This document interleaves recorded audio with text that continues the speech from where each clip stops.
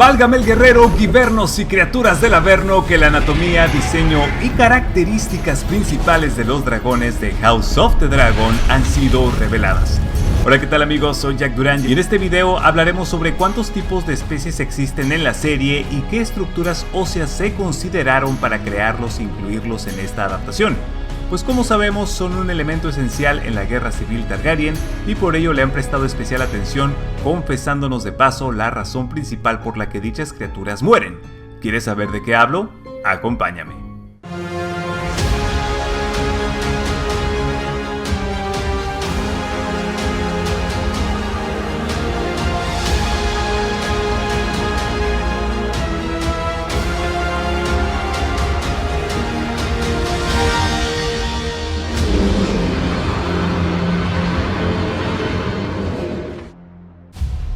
En efecto, no hace mucho hablamos sobre que los dragones de House of the Dragon tendrán su propia personalidad, colores y diseño. El director Miguel Sapochnik indicó que uno de ellos tiene una pierna mala, otro parece un águila por lo neurótica que puede ser, e incluso tenemos a una abuela cascarrabias que se ha confirmado se trata de Vhagar, el dragón más grande vivo en estos acontecimientos. En la revista Entertainment Weekly nos dijeron que hubo una reunión seria para abordar cómo debería ser la interacción con un dragón, y Miguel Sapochnik se convirtió en una especie de enciclopedia de estas criaturas escupefuego. Tenemos el dato de que serán 9 dragones los que veremos en la primera temporada, entre los que se incluyen seguramente Syrax, Caraxes, Vhagar, Meleys, Arrax, Vermitor, Vermax, Sueñafuego y Bruma. De ahí en adelante se incluirán al resto por el peso que tienen en la trama y nos aseguraron que los 3 dragones salvajes mencionados en Fuego y Sangre, ubicados en Roca Dragón, no serán omitidos, por lo que tendremos asegurada la presencia de Robaovejas, Caníbal y Fantasma Ceniciento en futuras temporadas, siguiendo los pasos de lo que representa una fiel adaptación, y cabe destacar que hasta la fecha son los favoritos del showrunner. El punto es que cuando se estaba determinando la apariencia de los dragones, varios artistas trabajaron en el diseño, compartiendo sus ideas y salieron como 1000 piezas de arte conceptual. El desafío era que parecieran pertenecer a la misma familia biológica de Drogon, Rhaegal y Viserion, los 3 dragones de Daenerys Targaryen, pero no tan similares como para que parecieran sus gemelos ancestrales. Entonces, en ese sentido, no había límites para la originalidad. Las míticas bestias resultaron en 3 tipos diferentes de especies, según la forma de su cráneo. Puede ser un tiranosaurio rex, con un gran puente en la nariz, un lobo con la cabeza de forma convexa, o un caballo que están en algún punto intermedio. Volviendo con la dragona Vhagar, la cual es montada por Laena Velaryon, Miguel explicó que este leviatán tiene partes de ella que se están cayendo y ponerla en el aire es una pesadilla, porque cuando está en marcha es como ver volar a un bombardero B-52. Es impresionante y una fuerza a tener en cuenta, pero aterrizarla es una pesadilla. En este contexto, a los creadores se les ocurrió la idea de que los dragones en realidad nunca dejan de crecer. Sapochnik especificó: en su mejor momento son esta increíble bestia completamente formada y luego comienzan a tener esencialmente cáncer. Se desprenden pedazos de ellos, comienzan a volverse escamosos y se vuelven tan grandes que se rompen las piernas cuando aterrizan, y eso es lo que los mata. Lo que los mata es su propio peso. Respecto a cómo entrenar a tu dragón, dijeron que dicha película es un excelente punto de referencia para saber cómo domar a estas bestias, algo que se tiene que hacer desde temprana edad.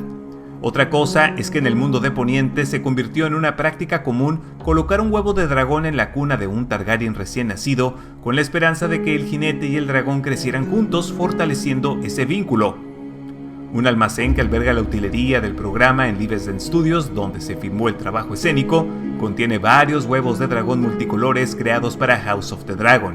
Algunos son negros, otros son morados, otros son prístinos y otros tienen musgo creciendo alrededor del fondo.